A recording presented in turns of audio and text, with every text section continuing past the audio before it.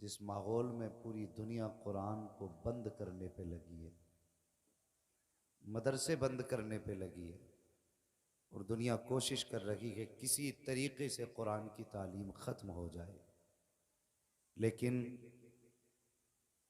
ये बात नहीं जानते में दुनिया वाले है कौले मोहम्मद कौले खुदा, फरमान न बदला जाएगा, बदलेगा ज़माना लाख मगर कुरान। बोलें ज़रा आप भी कुरान। अल्लाह सलामत रखे, कुरान न बदला जाएगा। और ये पहली कोशिश नहीं कुरान को मिटाने की या कुरान को बंद करने की, इससे पहले भी बेशुमार कोशिशें की गई, बहुत सारी कोशिशें। जब से कुरान आया है आज तक लोग इसी कोशिश में हैं, दुश्मनान इस्लाम, कि कुरान की तालीम को बंद किया जाए। लेकिन खुदा की कसम, कल भी घर घर कुरान था, आज भी घर घर कुरान है और सुबह क़यामत तक घर घर कुरान बाकी रहेगा। अल्लाह इन इदारों को सलामत रखे। हमारे ही समाज में मौलाना रियाजुल हसन साहब क़िबला, आप इस गांव में रहते हैं, मैं पूरा हिंदुस्तान छान चुका हूं।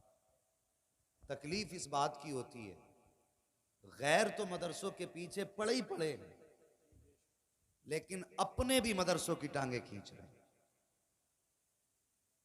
मेरी समझ में बात नहीं आती कि ये हुजूर को कौन सा चेहरा दिखाएंगे। आज जो सरों पे टोपियां सलामत हैं, ये मदरसे की देन है। आज जो चेहरों पे दाढ़ियां सलामत हैं, ये मदरसों की देन है। अगर मदरसे ना होते तो तुम्हें कोई कलमा सिखाने वाला नहीं होता।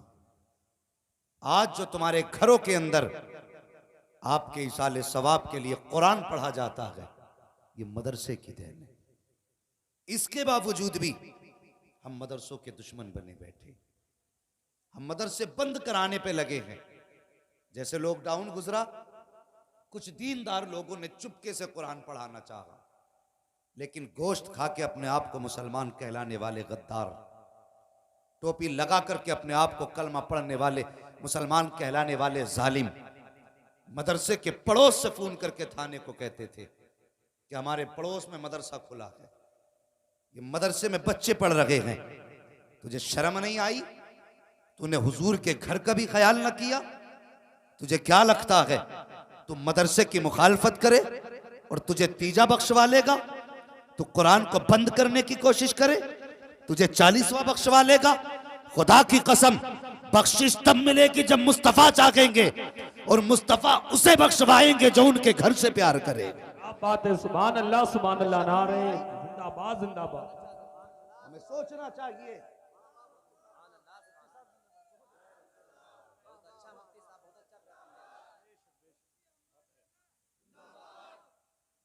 और सुन लें, जो भी इस तरह के जालिम समाज में हैं, कान खोल के सुन लें, तुम्हारे जैसे अगर हजारों भी पैदा हो जाएं, कुरान के बढ़ते कदमों को कोई नहीं रोक सकता है, कोई नहीं रोक सकता। अगर रब चाहेगा तो बच्चे मां के पेट से कुरान लेके पैदा होंगे। हाँ, आज ये क्या इनकी पावर है, औकात क्या, जो कुरान मिटाने की बात करते हैं।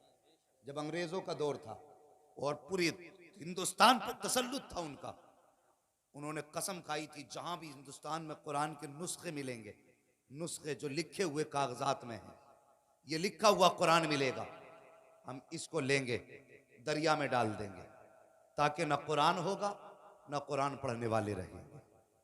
ये अंग्रेजों की प्लानिंग थी। हर मदरसे पे जाके छापा मारा, कुरान लिया, दरिया में डाला, मस्जिदों में गए, कुरान लिया, दरिया में डाला, खानकाहों में गए, कुरान लिया, दरिया में डालते चले गए। तलाश करते करते एक मजजूब की चौखट तक पहुंच गए, जाके कहने लगे बाबा क्या आपकी कुटिया में कुरान है कि नहीं। उन्होंने मुस्कुरा के कहा क्या करोगे कुरान का। कहा हमने कसम खाई है कि मुसलमानों की किताब कुरान को दुनिया से मिटा देंगे। कहा कैसे मिटाओगे। कहा जितने नुस्खे मिले हैं सबको उठा के दरिया में डाला है। हम जहां जहां कुरान मिलेगा उठा उठा के दरिया में डालेंगे ताकि कल कोई कुरान पढ़ने वाला ना हो। इतना सुना जलाल आ गया अल्लाह वाले को। एक बच्चा सामने से गुजर के जा रहा था, आवाज थी बेटा कहाँ जा रहे हो। कहा जी मुझे काम है घर जा रहा हूँ। कहा बेटे क्या तुझे कुरान आता है। बच्चा कहने लगा नहीं, कभी मदरसे नहीं गया, कभी उस्ताद के पास नहीं बैठा, कभी कुरान देखा नहीं। आप फरमाने लगे बेटे ये कुरान मिटाने की बात कर रहे हैं, ये कहते हैं कि ये कुरान लेकर के दरिया में डालेंगे ताकि दुनिया से कुरान खत्म हो जाए। बच्चा देख के मुस्कुराने लगा। उस अल्लाह वाले ने कहा बेटे कुरान पढ़ के सुना। बच्चे ने कहा जनाब जब मदरसे नहीं गया तो कुरान कैसे सुनाऊं। एक निगाह अल्लाह वाले ने सर से पैर तक डाली, कहा कुरान पढ़ना शुरू कर। फिर बच्चे ने पढ़ना शुरू किया। एक पारा पढ़ा, दूसरा पारा पढ़ा, तीसरा पारा पढ़ा। उसके बाद अल्लाह वाले ने कहा ठहर बेटे। बच्चे को छुपाया, अंग्रेज की तरफ देखा कि सुनो तो सही, जो नुस्खे कागजों में है उन्हें तो दरिया में डाल सकते हो, जो इनके सीने में रखा हुआ है उस कुरान को कैसे निकालोगे। तो अंग्रेज ने कहा था जरूरत पड़ेगी तो सर काटते जाएंगे, कुरान मिटाते जाएंगे। अल्लाह वाले ने कहा तुम सर काट के मिटाते जाओगे, हम नजरें डाल के हाफिज कुरान बनाते जाएंगे। बाबा नारे तकबीर, नारे रिसालत, मसलके आला हजरत, अजमते कुरान, हजरत अल्लामा मुफ्ती हम्माद साहब किबला जिंदाबाद भी जिंदाबाद। सुभान अल्लाह नहीं माशाअल्लाह। आसानी से कुरान रुकेगा तो नहीं। अल्लाह अकबर ये रब का कलाम है। अगर तेरा मेरा घर का लिखा हुआ संविधान होता तो 5 साल में बदल लेते, 15 साल में बदल लेते। 1400 साल बीत गए। जो नुक्ता 1400 साल पहले जहां था आज भी वही है। जो जबर 1400 साल पहले जहां था आज भी वही है। खुदा की कसम ये कुरान यूं ही हम तक नहीं पहुंचा। हमारे इस समाज में कितने लोग ऐसे भी होंगे, बुरा ना मानना, ये हर घर की कहानी है, हर घर की कहानी है। अगर अभी कड़वा लगे तो कल सच लगेगा। कितने लोग हमारे बीच ऐसे हैं, इन्हें पढ़ने वाले बच्चों को देखते हैं और देखते हैं बड़ी हिकारत की निगाह से, बड़ी हिकारत की निगाह से। ए बेटे पीछे हट, चलो हटो, तुम्हारा क्या काम। अच्छा ये इतने नीचे हो गए, इनका कोई काम नहीं रहा। आज अपने हालात देखो, आप समझें। हमें मदरसे के बच्चे सिर्फ तीजे वाले दिन याद आते या 40वें वाले दिन याद आते। जब मैयत की बिरयानी बनती है तब ये कुरान वाले याद आते हैं। लेकिन जब बेटे का वलीमा हो तब कुरान वाले याद नहीं आते। जब बेटे की शादी हो तब ये कुरान वाले याद नहीं आते। पहली बात तो मदरसे के बच्चों की दावत होती नहीं, अगर कर भी दी जाती है तो कोई पूछने वाला नहीं होता। बच्चे बैठे बैठे इंतजार करते रहते, कोई आया नहीं। इतना बड़ा प्रधान हो गया तू तो कुरान वालों से इंतजार करा रहा है। तेरी औकात क्या है। कितनी दौलत भी तेरे पास हो जाए, खुदा की कसम अगर इनके सीने में कुरान की एक आयत है तो सारी जमीन की दौलत उठा के एक पल्ले में रख, कुरान का एक कलमा उठा करके दूसरे पल्ले में रख, सारे जमाने की दौलत कुरान के कलमे के बराबर नहीं हो सकती। वाह वाह वाह, जिंदाबाद जिंदाबाद। समझ क्या रखा है कुरान वालों, क्या बात है भाई, सुभान इन्हें अल्लाह। जाना नहीं। इन्हें इनकी औकात आज नहीं कल कयामत में पता चलेगी। कयामत के दिन पता चलेगी इनकी शान क्या है। कयामत के दिन अल्लाह हुक्म देगा फरिश्तों को जाओ। कयामत के दिन का मामला तो सुना ही है ना सबने। बड़ी ठंडी हवाएं चलेंगी है, ठंडी हवाएं चलेंगी। हाँ देखो तो अल्लाह सलामत रखे। सवा नेजे पे सूरज होगा, जमीन मिट्टी की नहीं ये तांबे की हो चुकी होगी। भेजे खोल रहे होंगे हांडी की तरह, पसीने में लोग गोते खा रहे होंगे। ये कयामत का दिन होगा। ऐसे माहौल में अल्लाह हुक्म देगा जाओ फरिश्तों मेरे कुरान वालों को तलाश करके लाओ। नसीब वाले नहीं होंगे वो जिन्हें अल्लाह तलाश कराए। आज दिखाने के लिए हज करने बंदा जाता हो, फिर अगर हाजी जी ना कहो तो नाराज हो जा, मुझे हाजी जी ने कही है। ये टाइटल के इतने दीवाने हम, जबकि कोई गारंटी नहीं हज करके आया कबूल हुआ कि नहीं। कहीं किसी का गला दबा के तो हज करने नहीं गया था, कहीं किसी की जमीन हड़प के तो हज करने नहीं चला गया था, कहीं किसी का हक मार के तो हज करने नहीं गया था। कुछ पता नहीं, लेकिन पूछ इन कुरान वालों की शान। अल्लाह क़यामत में हुक्म देगा, फरिश्तों जाओ कुरान वालों को तलाश करके लाओ। फरिश्ते कहेंगे मालिक इतने बड़े मैदान में कुरान वालों की पहचान कैसे की जाएगी कि ये कुरान वाले हैं या गैर कुरान वाले हैं। अब क़यामत के दिन इनकी पहचान बताई जा रही है। रब फरमाएगा जाओ जाकर के अहले महशर के मुंहों को सूंघो, जिनके मुंह से मुझको अंबर की खुशबू आ रही होगी वही वो कुरान वाले होंगे, वही इस्लाम वाले होंगे। बाबा सुभान अल्लाह सुभान इनके अल्लाह। चेहरों की बरकतें होंगी। और आज बंदा कहता था वो जा रहा ज़कात खाने वाला, वो जा रहा चंदे लेने वाला। ये चंदे वाले नहीं, खुदा की कसम ये जन्नत दिलाने वाले, ये जन्नत दिलाने वाले। जो बच्चे बाहर के रहते हैं वो बच्चे किसी न किसी के घर पे खाना खाते होंगे, घर पे खाना खाते ना। अल्लाह उन घर वालों को सलामत रखे जिन्होंने कुरान वालों को अपना मेहमान बनाया है। नसीब वाले हैं। और ये तो हर किसी के दस्तरखान पे रोटी भी नहीं खाते। हाँ, इसलिए कि इनकी ड्यूटी खाने की न मैं लगा सकता हूं, न कारी साहब लगा सकते हैं, न नाजिम साहब, न शायर साहब, कोई नहीं लगा सकता।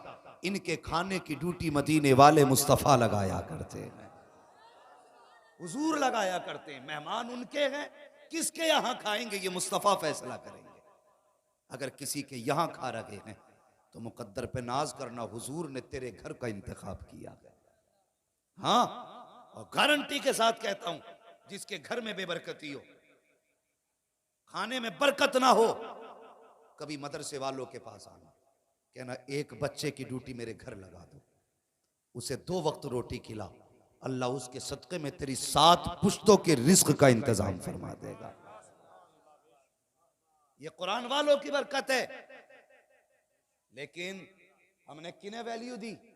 हमने उन्हें वैल्यू दी हजरत कि जो 1600 रुपए का जूता पहन के आता है, जो 28,000 का कोट पहन के आता है, 1800 का कैप लगा के आए, 1200 रुपए का चश्मा हो, 4000 की घड़ी हो, हम कहते हैं ये वीआईपी है। उसके लिए शादियों में टेबल लगे, इस पे वीआईपी बैठ के खाएगा। अगर कोई गरीब चला जाए, मदरसे का बच्चा चला जाए, नहीं नहीं बेटा तुम्हारा इंतजाम उधर है, यहाँ पे वीआईपी आ रहे हैं। कौन है तेरा वीआईपी? वो कि जिसे पेशाब करने का सलीका नहीं, उसे तूने वीआईपी कहा। जिसे खाने खाने का उसूल नहीं आता है, तूने उसे वीआईपी कहा। कि जिसका लिबास मुस्तफ़ा जैसा नहीं, तूने उसे वीआईपी कहा। जिसका बदन मुस्तफ़ा जैसा नहीं, तूने उसे वीआईपी कहा। जिसका चेहरा मुस्तफा जैसा नहीं, वीआईपी ये नहीं है जिसका कोट हजारों का है, जिसका लिबास लाखों का है। खुदा की कसम वीआईपी वो नहीं होते जिनके लिबास कीमती होते हैं।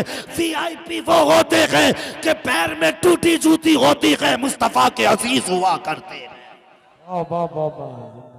नारे तकबीर, नारे रिसालत, मसलके आला हजरत, जश्ने दस्तार बंदी, जिंदाबाद जिंदाबाद। और एक खुली मदरसे की करामत तुम्हें दिखाऊं। तैयार हैं? अभी थके तो नहीं है? अगर नारी नहीं थके तो कहते हैं जरा या रसूल अल्लाह। अल्लाह सलामत रखे। ओ भाई, मैं अगर बिहार बंगाल चला जाऊं वहां हंगामा हो जाता। और ये सोशल मीडिया वाले, ओ भाई इनकी हेडलाइन से भी बड़ा डर लगता है। आधी काट के आधी चिपका दें और वहीं आकर फिर आती है सीबीआई। अच्छा, अगर मैं तुमसे ये कहूं कि मैं तुम्हें एक बरकत का बम दूं, तो सोशल मीडिया वाले, कैमरे वाले हेडलाइन डालेंगे मुफ्ती साहब ने फला गांव में कौन सा बम दिया था। ना बरकत का लगाएंगे ही ना, कौन सा बम दिया। हाँ, तो ये जरा भाई आप अगर कैमरे वालों अगर कुछ लिखा करो तो सच लिखा करो, खाली व्यूज के चक्कर में मुसीबतें न पालना। सुने मेरी बात, मैं एक खुली करामत मदरसे की बताऊं। आपके मदरसे में बच्चे पढ़ते हैं ना? कितने बच्चे होंगे किबला? सारे बच्चे 100 बच्चे माशाअल्लाह। अल्लाह पूरे गांव वालों को सलामत रखे। और 15 बच्चे तकरीबन बाहर के हैं। बहुत बड़ा इदारा भाई। इस वक्त आप जायजा तो लो उत्तर प्रदेश में कितने इदारों में बच्चे हैं बाहर के। और बहुत बड़ा काम, 4 हाफिज कुरान, मजाक नहीं है, बहुत बड़ी बात है। जो इन बच्चों के माँ बाप है ना, मैं उनसे एक बात कहूंगा, पूरी जिंदगी अगर इनके उस्ताद के पैर धो के पियोगे ना, तो इस एहसान का बदला अदा नहीं कर सकते हो। और तलबा से गुजारिश करूंगा, मिंबर से लेके नीचे तक गौर से सुने प्यारे, जिंदगी में कुछ भी हो जाना, अपने उस्ताद का रास्ता मत भूल जाना। अपने उस्ताद को मत भूल जाना। इसलिए कि अगर दुनिया तुम्हें सलाम कर रही तो तुम्हारी औकात नहीं तुम्हें सलाम करे। ये जो तुम्हें सलाम दुनिया कर रही है, तुम्हारे उस्ताद की मेहनतों का नतीजा है। हाँ, लोग कहते हैं कि साहब वो मजलूम है, ये मजलूम है। मैं कहता हूं सबसे ज्यादा उस्ताद मजलूम है। एक बच्चे को कामयाब करने में सबसे ज्यादा मेहनत उस्ताद की लगती है। उसे सिले में क्या मिला? या तो बच्चे के घर वाले ने 2-4 हजार रुपए दे दिए, या 100-200 रुपए एक जोड़ा दे दिया। ये दिया उसके 5 साल की मेहनत का सिला। फिर उसके बाद ना शागिर्द कुछ देगा, ना शागिर्द के बाप कुछ देंगे। खुदारा, जिन्होंने तुम्हारी जिंदगी बदल दी है, उनका ख्याल किया करो। उनका ख्याल किया करो जिन्होंने जिंदगी बदल दी। और अगर जिंदगी में कामयाब होना चाहते हो तो याद रखना, ये घट्टे रगड़ने से इल्म नहीं आता है। इल्म जब भी आता उस्ताद की दुआओं से आया करता है।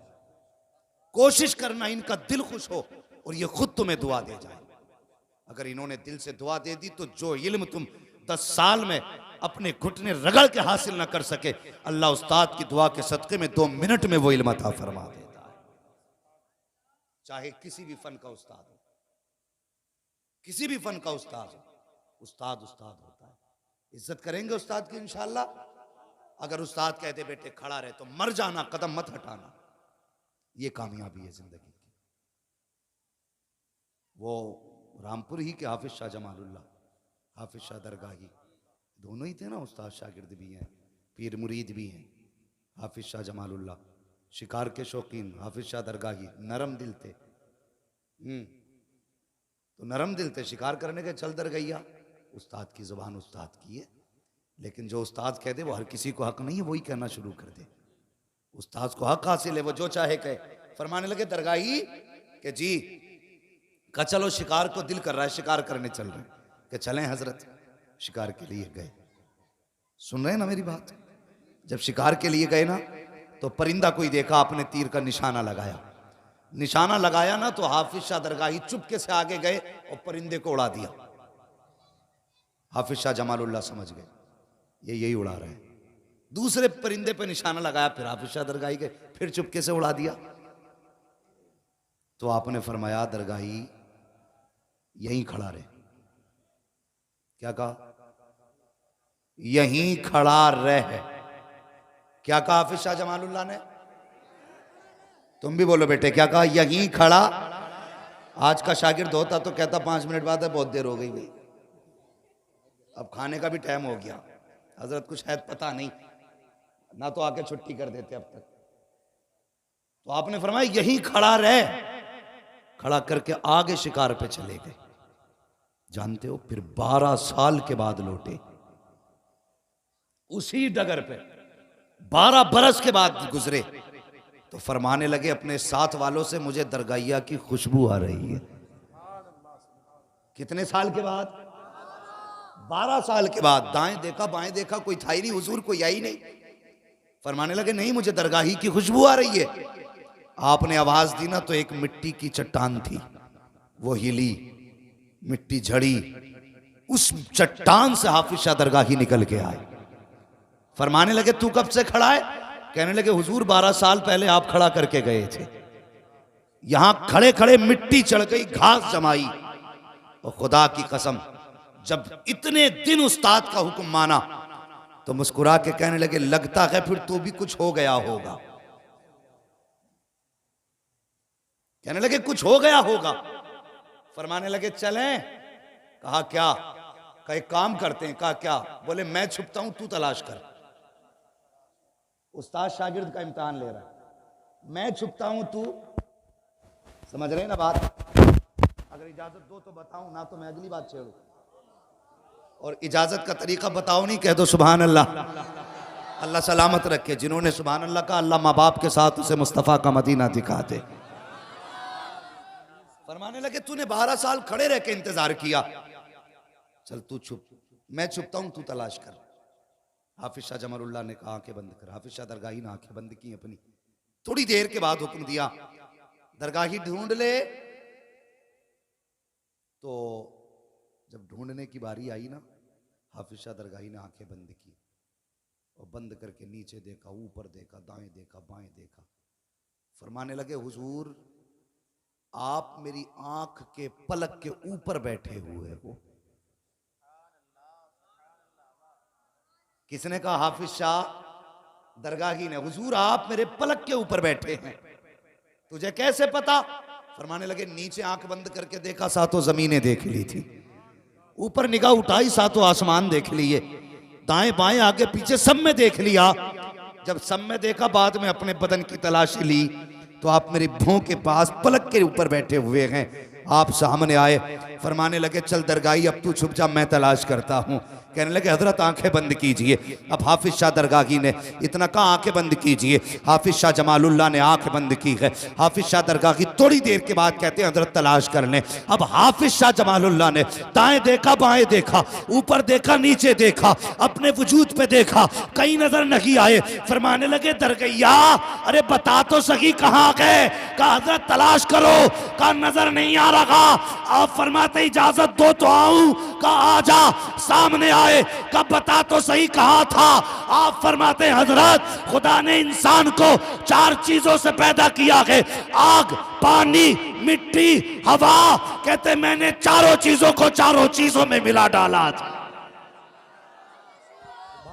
सुभान अल्लाह। नारे तकबीर, नारे रिसालत, जश्न औलिया इकराम जिंदाबाद जिंदाबाद। उस्ताद की इज्जत किया करो, उस्ताद की कदर किया करो। हाँ अगर दिन अच्छे चाहते हो तो इनसे कभी दूर ना होना, कभी दूर ना होना। हमेशा इनसे प्यार करना, हमेशा इनसे मोहब्बत करना। बड़ी मेहनत असातिज़ा की बच्चों के साथ होती हैं। वो गांव वालों मेरी बात सुनो। क्या नाम है इस गांव? केड़ा, केड़ा भोट। हाँ बहरहाल भोट कहिए या केड़ा या दोनों मिला के, बहरहाल भोट खेड़ा वालों एक बात याद रखना, अल्लाह तौफीक देना तो मदरसों का ख्याल रखना, मदरसों का ख्याल रखना। मेरे हुजूर ने फरमाया था दीन क़यामत के करीब मेरी उम्मत के गरीबों में रह जाएगा। अगर कोई गांव का प्रधान और समझ रहा हो ना कि मैं अमीर हूं, अमीर नहीं है, वो भी गरीब है। अमीरी देखी नहीं है। अमीर ऐसे ऐसे होते हैं जिनके बिजनेस में 3-3 लाख करोड़ रुपया लगा हुआ है, उन्हें अमीर कहते हैं। जिसकी बैंक में 10-15-20 लाख रुपये पड़े हैं वो अमीर नहीं है। हुजूर ने फरमाया दीन कुर्बे क़यामत मेरी उम्मत के गरीबों में रह जाएगा। अब दीन की जिम्मेदारी तुम्हारे कांधे पर है, दीन की जिम्मेदारी तुम्हारी कांधे पर है। और ये जो 4 हाफिज बैठे हैं, अल्लाह इन बच्चों के माँ बाप को सलामत रखे। और कोई यूं ही हाफिज नहीं बन जाता। हर बाप चाहता ना बेटे की कमाई खाए, हर बाप ये चाहता कि मेरा बेटा मेरा सहारा बने। लेकिन इन बच्चों के बाप को सलाम नहीं कर